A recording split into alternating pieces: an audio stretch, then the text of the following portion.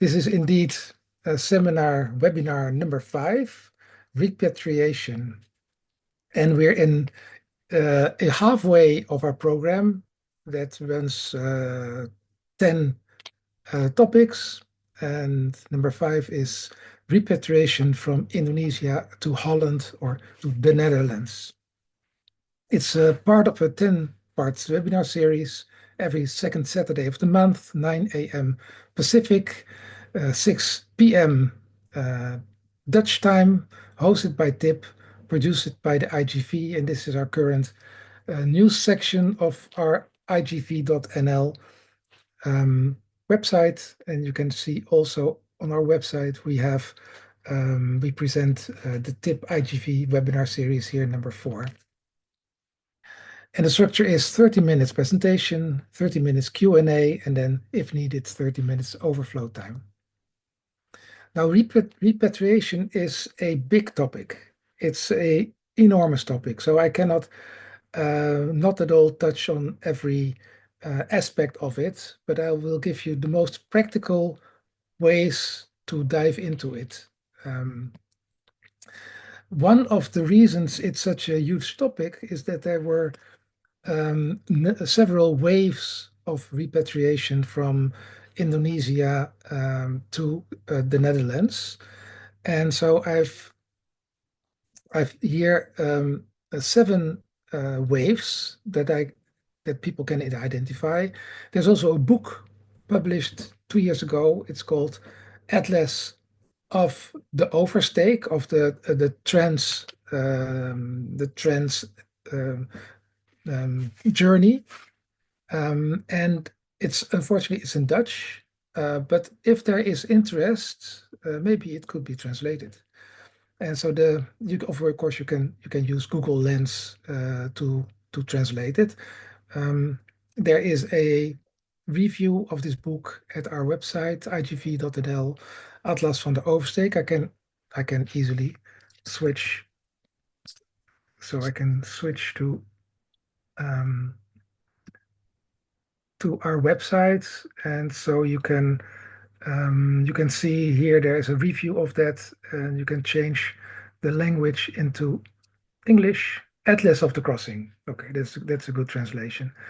And so it it gives a description and a review of this book, and it's a very, very good and useful book, a good introduction of this repatriation and the different waves. So there was a wave 1945, 1949, the evacuees of the war. Then in the 50s there were several waves of repatriations, of also including 1951 the Moluccans. Then there was in 1962 a wave connected to the transfer of New Guinea to Indonesia, and from 1965 to 1968 there were also people who were leaving Indonesia because of the Suharto regime. So I will briefly go into those 7 waves. So this first wave was really an evacuee wave. So after Japan's capitulations and during and after the violent Bersiap period, which was an anti-Dutch, anti-Indo violence in the power vacuum. And it was a big wave, approximately 110 people, the survivor of the Japanese internment camps and the Bersiap, moved from Indonesia to the Netherlands. They were evacuated, in fact, and these were mainly survivors from the camps and early refugees, or refugees because of the Bersiap period. Then the second wave from 1950-1952 was a wave following the sovereignty transfer to Indonesia. That was December 1949. And also following the dissolution of the CNIL, the Royal Netherlands East Indies Army, in 1950. And in those 2 years, around 80,000 people moved from Indonesia to the Netherlands. And it was inspired by a loss of government, military jobs, pensions, they had to choose between Indonesian citizenship and Dutch citizenship, and many Indo-Europeans and also Europeans refused at that time Indonesian citizenship, and they rather moved back to the Netherlands. In 1951, there was a clear wave of Moluccans, 12,500 soldiers and their families, mostly Ambonese. They were transported to the Netherlands starting March 1951. They had the soldiers had fought for the Dutch during the Indonesian Revolution, and they did not want to demobilize in Indonesian territory after the Republic of South Maluku was declared 1950. It's a big story, so this is only, so let's say, very, very brief summary. The contracts of these KNIL soldiers, they were terminated during transport or shortly after. And the Dutch government brought them temporarily for safety reasons, and they were housed in camps. There's several websites. One of the websites is moza.nu. And there's also uh, a part of that website that shows the different ships with which these militaries were transferred to the Netherlands. I will show you a little bit about that later. Now,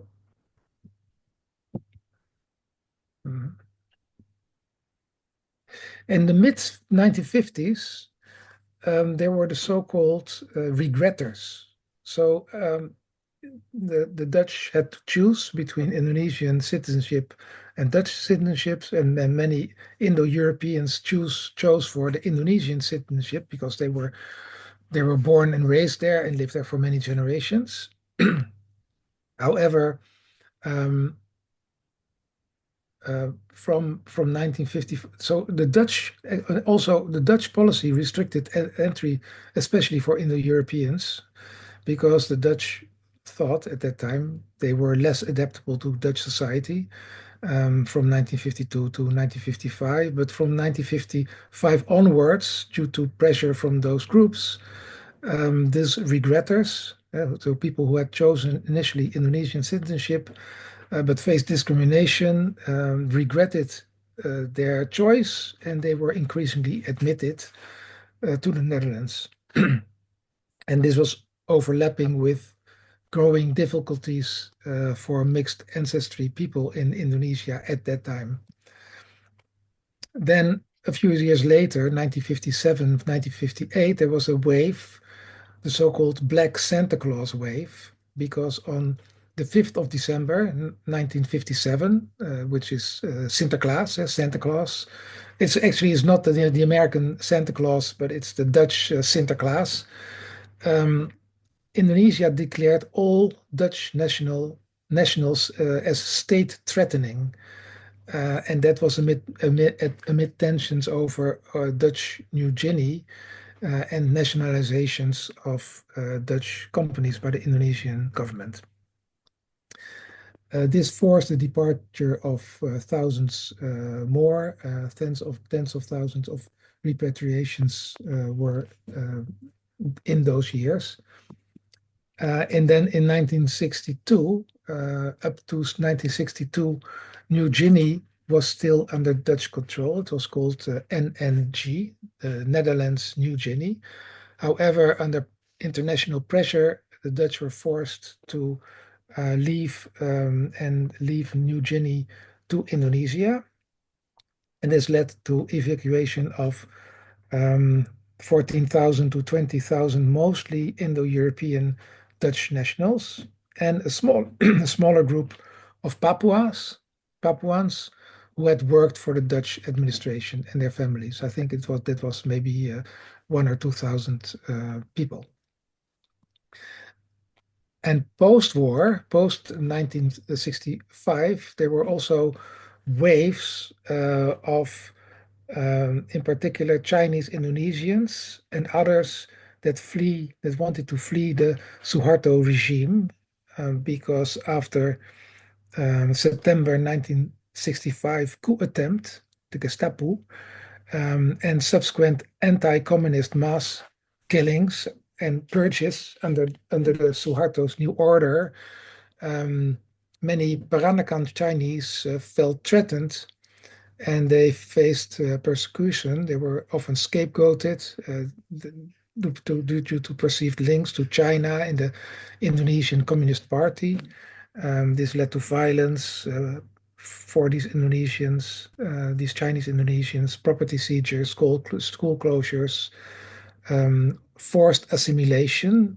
In other words, many people were pressured to change their Chinese names to Indonesian names, cultural restrictions. So the Chinese were not allowed publicly to show their Chinese culture, etc. So this also, it was not really a wave of like individual based people who wanted to leave Indonesia, and sometimes they went to China, but also often they fled to Indonesia. Okay, so that is in very briefly all the different groups that repatriated, so-called, to the Netherlands. And so what you need for this repatriation is a passport and you need transport. Now, both, of course, were restricted. Not everybody could get a passport and not everybody could pay transport. So I'll go through a few of the groups that you can trace both in terms of passport and transport. So first the passports. So the first wave and also the second and the fourth and the fifth, these were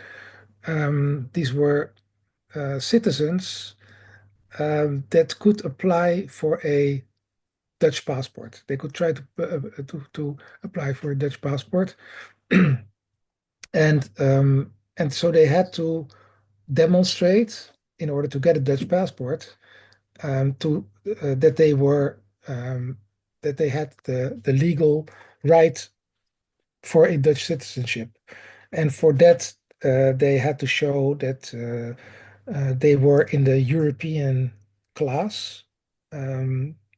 Before the war or after the war.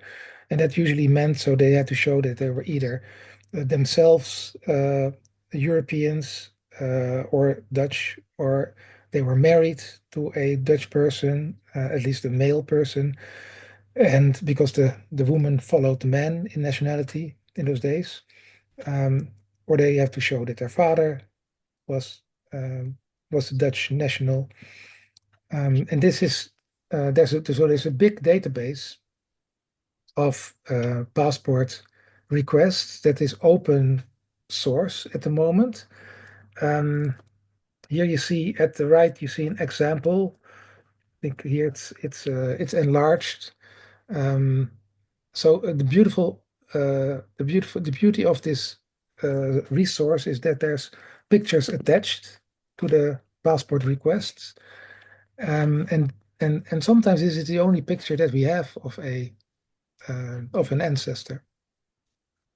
Now, this is interesting because this person, this woman, clearly has um, uh, she has a Thai name.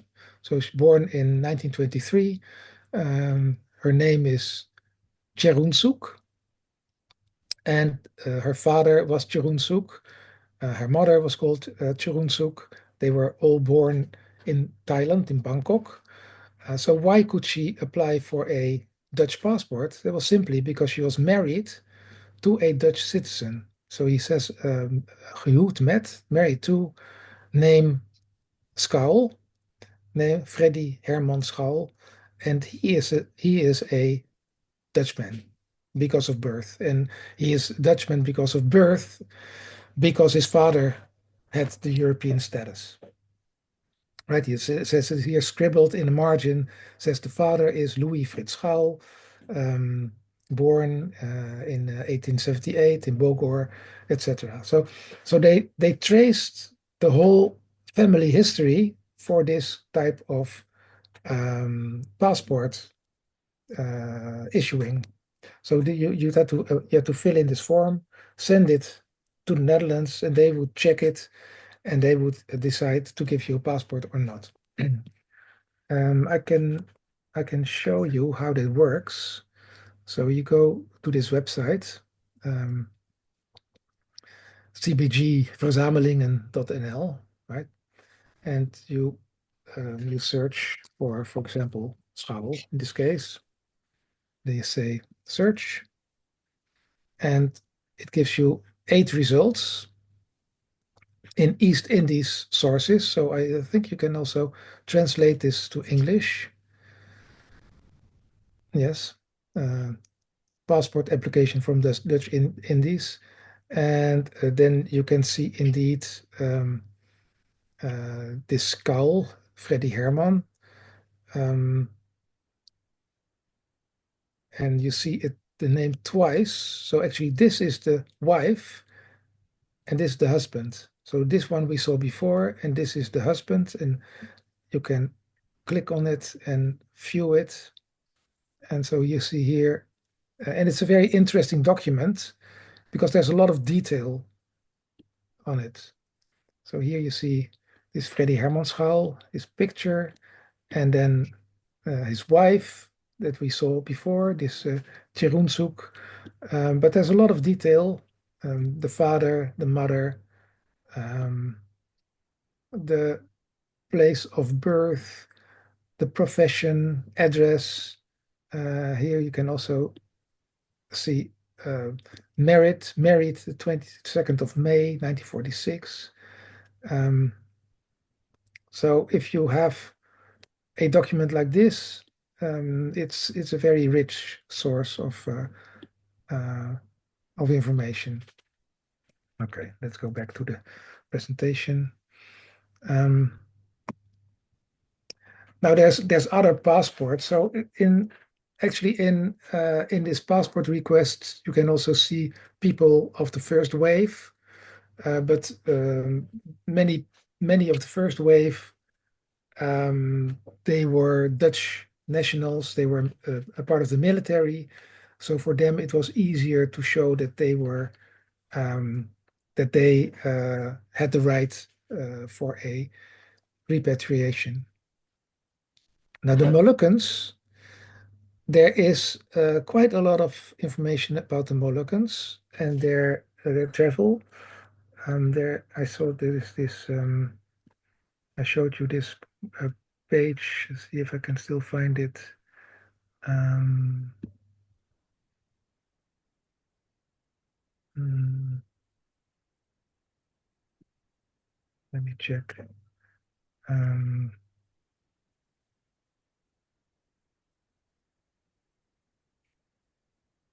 this one, for example. See if I can.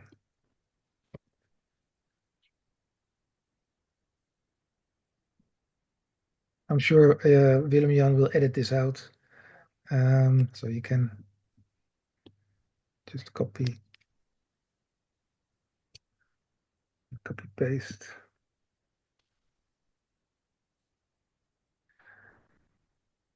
So this is a knowledge bank of the Moluccan repatriation. You see all the different boats. It's in Dutch, but you can also translate it into English. Um, the crossings, so the ship name, departure, arrival. So there were 12 ships and also passengers. You can actually you can also search for the you can search for the passengers. Let's see, slideshow, start from current slide.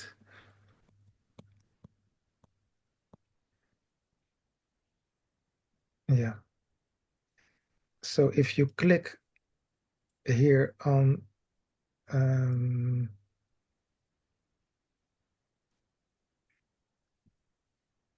let's see.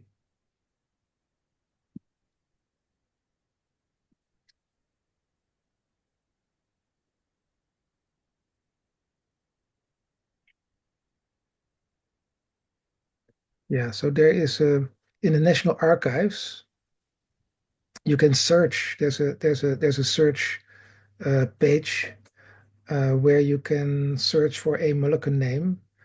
Let me see if this translates well. This is just to show you that there is this information available in the National Archives. So if you would search for the name Patinama, which is a true Moluccan name, you see all the persons that are named Patinama. You can search also on the name of the ship. You can limit it. So if you know which ship it is, you can select for the ship. You can click here. I don't know what happens. So there's information on the ships. So for the Moluccans, there's quite some detailed information. For New Guinea, there is also a lot of information here in the National Archives. Um, if you click there, see,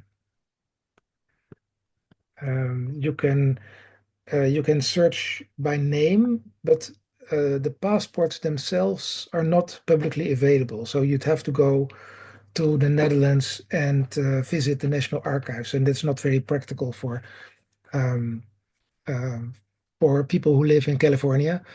But if you are interested, you can always send an information email to me or to Willem-Jan. And then the same is true for the Peranakan Chinese. There is quite um, a large database in the National Archives about um, Chinese the renationalization requests. So Chinese who want to change from Indonesian to Dutch nationality. Um, and I think I'll put it open here.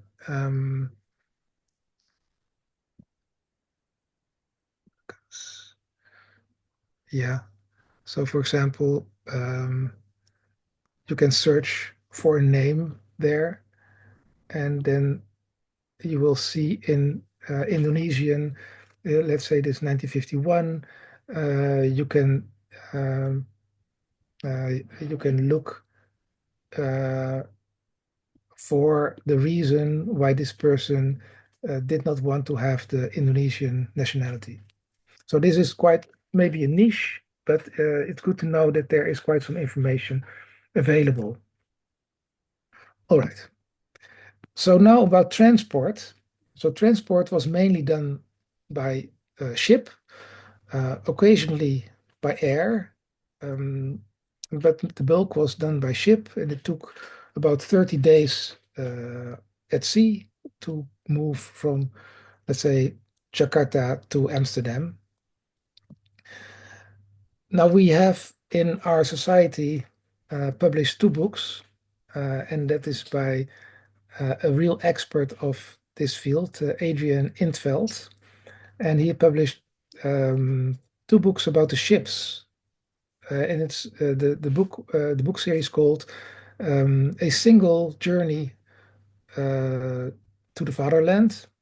The ships of repatriation. So it's an overview of the passenger, troop, transport, cargo ships used in the repatriation of over 270,000 Dutch East Indies residents. It's in Dutch. However, if there is interest, maybe in together with the tip, we can work on a translation on this book. So there's one series about the Dutch ships, and there's another book about the foreign ships that were also used for the repatriation effort. So that's about the transport. Where to find the ship? Um, So there are four different sources to find information on a ship. So if you know the ship where your fathers, mothers, grandparents were repatriated on, then you can get information. So the first source is the IGV website. And so if I click here, I will probably go there. Yes, we'll go there. And So it's a list, it's a PDF, and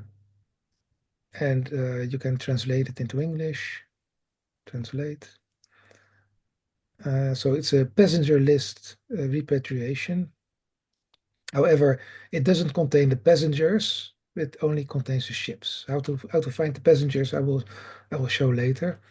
And so here, let's see if you can zoom in a bit. So it has the name of the ship. It has a code. It has which country it sailed on. So you see here the first one were British, Dutch, Italian. The harbor of where they departed from, departure harbor, date, the the harbor where the ship sailed to, the date of that, the number of persons, and you see that there's enormous variation in numbers of persons. Here, this first ship had 2,378 repatriants, but there was also one that only had two or three. So that's the first source. Um, the second one is a very interesting one because you can also look for passengers here. So it's a website of Herman van Oosten, who's a well-known person to the society, and it also has lists of ships. Um, so you can look at the boats. You can so there's a search field.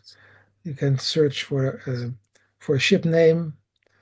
For example, let's say very very famous one is the Oranje. Um, the Oranje, and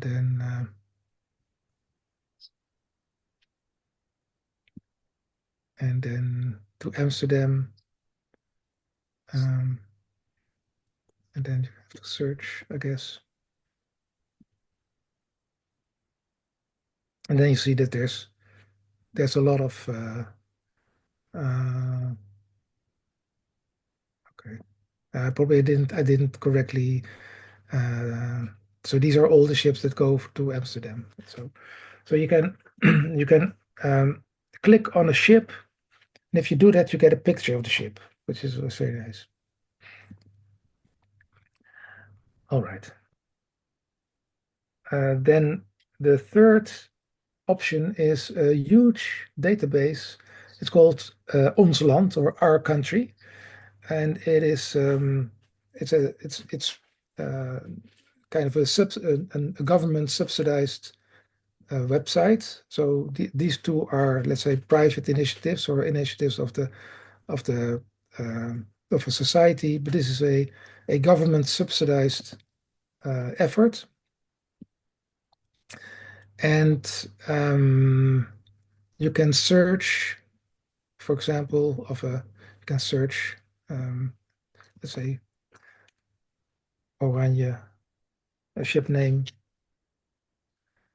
and then it gives a picture of the ship, and there's resources, pictures, um, so there's a lot of information. And then the last website that you might check for to find the information on the ship is this website is Marhis Data. It's a private initiative of a society, and it gives information on all kind of ships that sailed um, in the Netherlands or from the Netherlands. And I think it also has, yeah, it can also be translated. So it's a very rich source of ship history. So not only repatriation ships, but also many other ships. Okay. All right. So that's how to find a ship. But the question that you might have is how to find a passenger.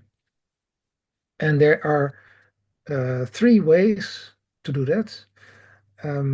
There is our Indies archive. There is the same website, the website of this Herman van Oosten. And if you cannot find it via these two resources, you can also email our society under this email address, passagierslijsten@igv.nl. And then a specialist, and usually that's Adriaan Intveld, will try to find it for you. So I will give an example. For example, we look for George Oscar Schaal. And the first step in this search is to look for his, to look whether he actually repatriated. And for that, you can try to find his passport request. And so I've already done that, but I can show how to do that. Where am I? And you go to CBG, go back, and you look for Schouw. And we are looking for George Oscar. So this is him. Don't forget to press the translate button, right? So we still have George Oscar Schouw. Indeed, he flew directly. He asked for a passport, and we don't know exactly when he asked for this passport, but because usually there is no date of this application scribbled, but for sure he was. It says here the name, first names, date of birth, nationality. That's the important part. Nederlander, Dutch, because of birth. And why was he the Dutch because of birth? Because his father was Dutch Dutch by birth. His father Louis Frits Schaal.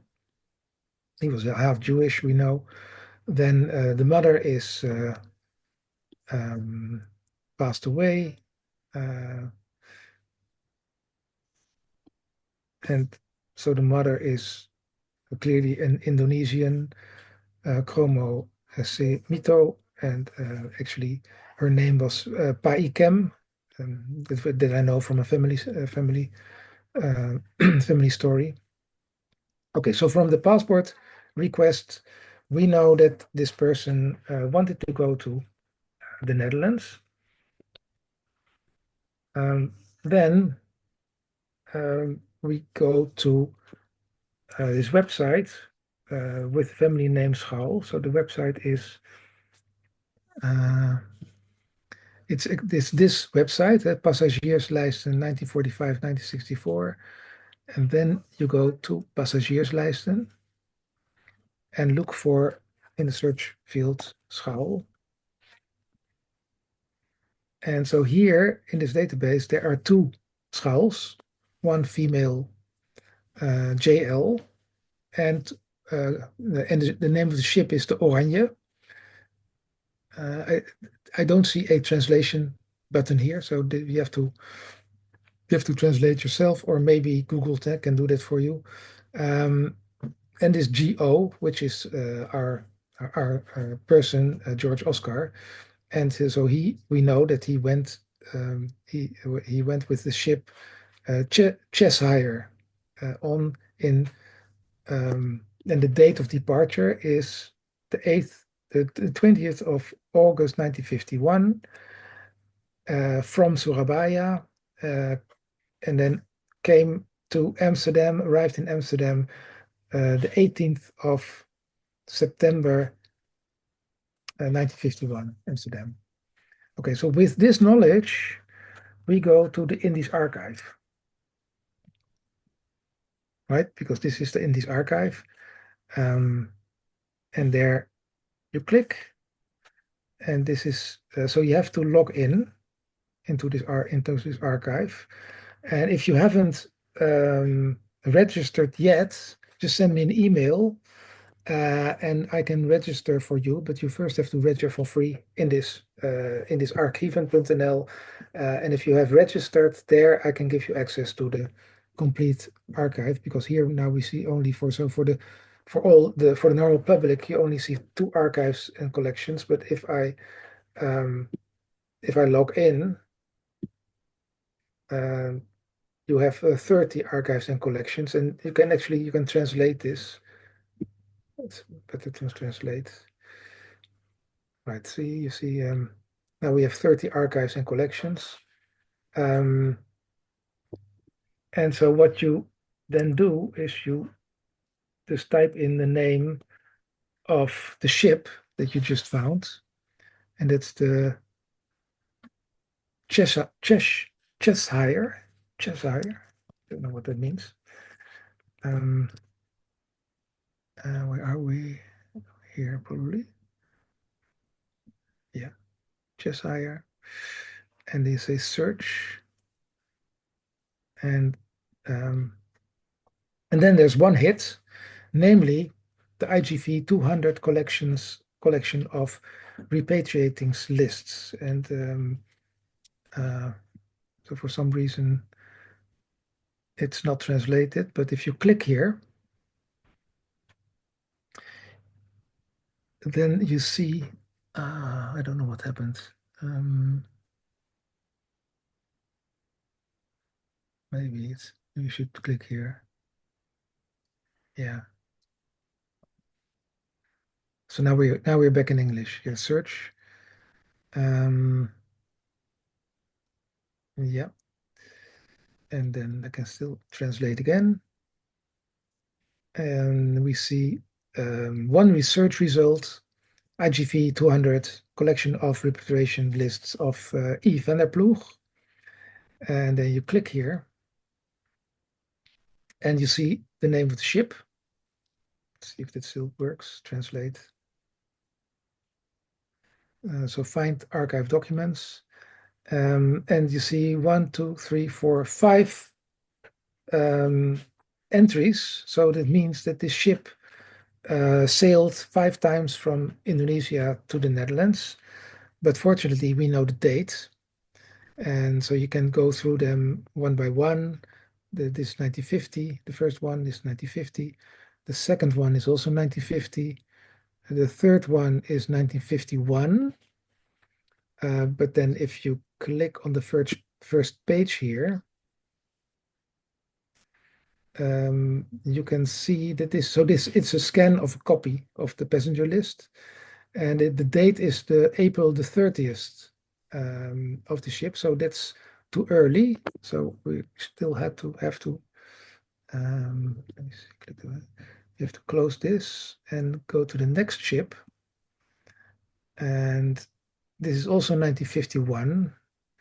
And if you click here, then you can see that this ship arrived. I don't know if you can see it, on the 18th of September 1951, and that's exactly the one that we need. So why should we go to all this trouble?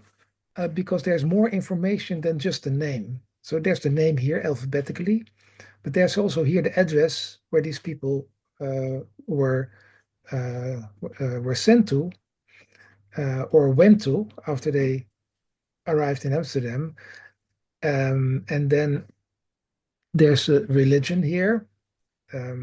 So usually the Roman Catholic repatriants went to the south of the Netherlands, and the Protestants went to the north of the presidents of the Netherlands. Um, and you see the number of persons here. So 1, 2, sometimes even 10. So this was a big family. Some people traveled by themselves. So now we are looking for schaal, and it looks like it's alphabetically kind of. So we go to the probably the last page.